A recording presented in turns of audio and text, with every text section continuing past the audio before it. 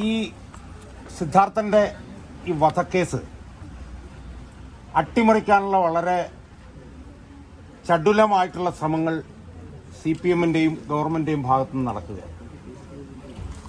അതിലേറ്റവും പ്രധാനപ്പെട്ട ഒരു കാര്യമെന്ന് പറയുന്നത് വയനാട്ടിലെ മുൻ MLA ആയിരുന്ന CK ശശീന്ദ്രൻ അദ്ദേഹം ഈ DYSPയെ കാണുകയും അദ്ദേഹത്തെ ഭീഷണിപ്പെടുത്തുകയും ചെയ്തു എന്നുള്ള വാർത്തകൾ ഇതിനകം തന്നെ പുറത്തു വന്നിട്ടുണ്ട്. അത് മുൻ പ്രതിപക്ഷ നേതാവ് രമേശ് ചെന്നിത്തല ഇന്നലെ വളരെ വ്യക്തമായി പറഞ്ഞിട്ടുണ്ട്. ഇന്നിപ്പോൾ നമുക്കറിയാൻ കഴിയുന്നത് ഇതിൽ പ്രതികളായിട്ടുള്ള SFI വിദ്യാർത്ഥികളെ മജിസ്ട്രേറ്റിന് മുന്നിൽ ഹാജരാക്കാൻ കൊണ്ടുപോയപ്പോൾ CPM-ൻ്റെ ഒരു പ്രധാനപ്പെട്ട നേതാവ് മജിസ്ട്രേറ്റിൻ്റെ ഓഫീസിൽ വരെ കയറാൻ വേണ്ടിയിട്ട് ശ്രമിച്ചതായിട്ടുള്ള വാർത്ത ഇന്ന് വന്നിട്ടുണ്ട്. പല പ്രതികളെയും CPM-ൻ്റെ ഓഫീസിൽ നിന്നാണ് പിടിച്ചത് എന്നുള്ള വിവരവും ഇന്ന് പുറത്തു വന്നിട്ടുണ്ട്. അപ്പോൾ ഇതിൻ്റെയൊക്കെ പശ്ചാത്തലത്തിൽ ഇതൊരു റാഗിംഗ് കേസ് മാത്രമായി ഒതുക്കി ഇതിനകത്ത് പ്രതികളായിട്ടുള്ള കുറച്ച് വിദ്യാർത്ഥികളെ സസ്പെൻഡ് ചെയ്ത് ഇത് ഈ ഇലക്ഷൻ്റെ പശ്ചാത്തലത്തിൽ എങ്ങനെയെങ്കിലും ഒതുക്കി തീർക്കാൻ വേണ്ടിയിട്ടുള്ള വളരെ ഗൗരവതരമായിട്ടുള്ള ശ്രമങ്ങൾ ഇതിനകത്ത് നടന്നിരിക്കുകയാണ്. ഇതിലേറ്റവും പ്രധാനപ്പെട്ടതും ഏറ്റവും നീചവും ഏറ്റവും നിഷ്ഠൂരവുമായിട്ടുള്ള സംഭവം എന്താണെന്ന് ചോദിച്ചാൽ, കൊല്ലപ്പെട്ട അല്ലെങ്കിൽ നീചവും നികൃഷ്ടവുമായി കൊല്ലപ്പെട്ട ഒരു വിദ്യാർത്ഥിയെ വീണ്ടും പീഡിപ്പിക്കുക എന്നുള്ള ഉദ്ദേശത്തോടു കൂടി സിദ്ധാർത്ഥ് മരിച്ചതിന് ശേഷം സിദ്ധാർത്ഥ് ഒരു പെൺകുട്ടിയോട് മോശമായി പെരുമാറി എന്നുള്ള ഒരു പരാതിയുടെ അടിസ്ഥാനത്തിൽ അന്വേഷണം നടക്കുന്നു എന്നുള്ളതാണ്. 18-ാം തീയതി സിദ്ധാർത്ഥ് മരിച്ചതിന് ശേഷമാണ് സിദ്ധാർത്ഥിനെതിരെ ഇതുമായി ബന്ധപ്പെട്ട് പരാതി കൊടുത്തത്. ഇത് ഏറ്റവും നീചവും ഏറ്റവും നികൃഷ്ടവുമാണ്. ഇത് യഥാർത്ഥത്തിൽ ഈ മൃതദേഹത്തെ ബലാത്സംഗം ചെയ്യുന്നു എന്ന് നമ്മൾ കേട്ടിട്ടുണ്ട്.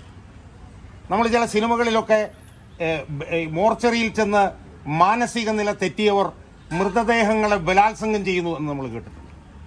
അതാണ് ഇവിടെ ഈ SFI സംഘടനയുടെ നേതൃത്വത്തിൽ നടന്നിട്ടുള്ളത് എന്ന് മനസ്സിലാക്കാൻ നമുക്ക് കഴിയും. ഒരു വനിതയാണ് പരാതി കൊടുത്തിട്ടുള്ളത്.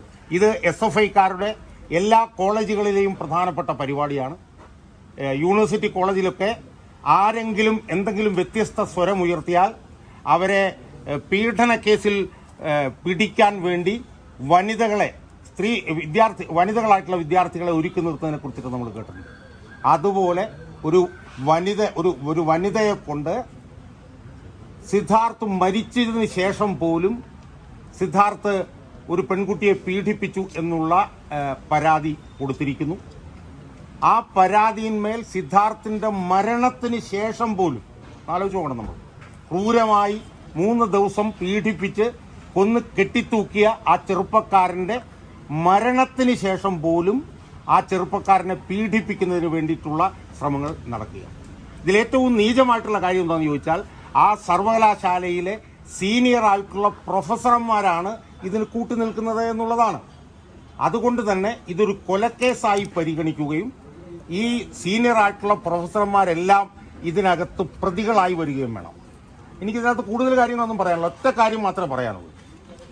ഞാൻ ഈ മാതാപിതാക്കളോട് ഏറ്റവും കൂടുതൽ വിനയത്തോടുകൂടി ഞാൻ പറയുന്ന ഒരു കാര്യം, ദയവ് ചെയ്ത് നിങ്ങൾ ഈ പിണറായി സർക്കാരിൻ്റെ അന്വേഷണത്തെ വിശ്വസിക്കരുത്.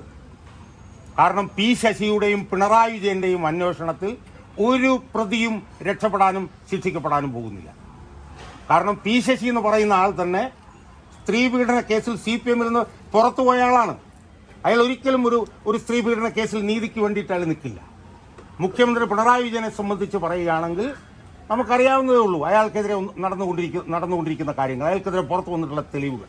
അതുകൊണ്ട് അയാളുടെ ഒന്നും ഭാഗത്ത് നിന്ന് ഒരു നീതിയും ഈ സിദ്ധാർത്ഥിൻ്റെ കുടുംബത്തിന് കിട്ടാൻ പോകുന്നില്ല. അതുകൊണ്ട് ഏറ്റവും പെട്ടെന്ന് സിദ്ധാർത്ഥിൻ്റെ അച്ഛനും അമ്മയും അടങ്ങുന്ന ബന്ധുക്കളും അടങ്ങുന്നവർ ചെയ്യേണ്ടത്, അവരടിയന്തരമായി CBI അന്വേഷണത്തിന് പോവുകയാണ് ചെയ്യേണ്ടത്. എൻ്റെ അഭിപ്രായത്തിൽ അവർ ഏറ്റവും പെട്ടെന്ന് CBI അന്വേഷണത്തിന് പോകണം. അതോടൊപ്പം തന്നെ അവർ കോടതി നിരീക്ഷണത്തിൽ അന്വേഷണം ആവശ്യപ്പെടണം. കോടതിയിൽ വലിയ മാറ്റങ്ങൾ ഇപ്പോൾ സംഭവിച്ചിട്ടുണ്ട്. ഇപ്പോൾ TP ചന്ദ്രശേഖരൻ വധക്കേസിലൊക്കെ തന്നെ അതിശക്തമായിട്ടുള്ള നിലപാടുകളുമായിട്ടാണ് കോടതി വന്നിരിക്കുന്നത്. ആ കോടതിയുടെ ശ്രദ്ധയിൽ ഏറ്റവും പെട്ടെന്ന് ഇത് കൊണ്ടുവരണം.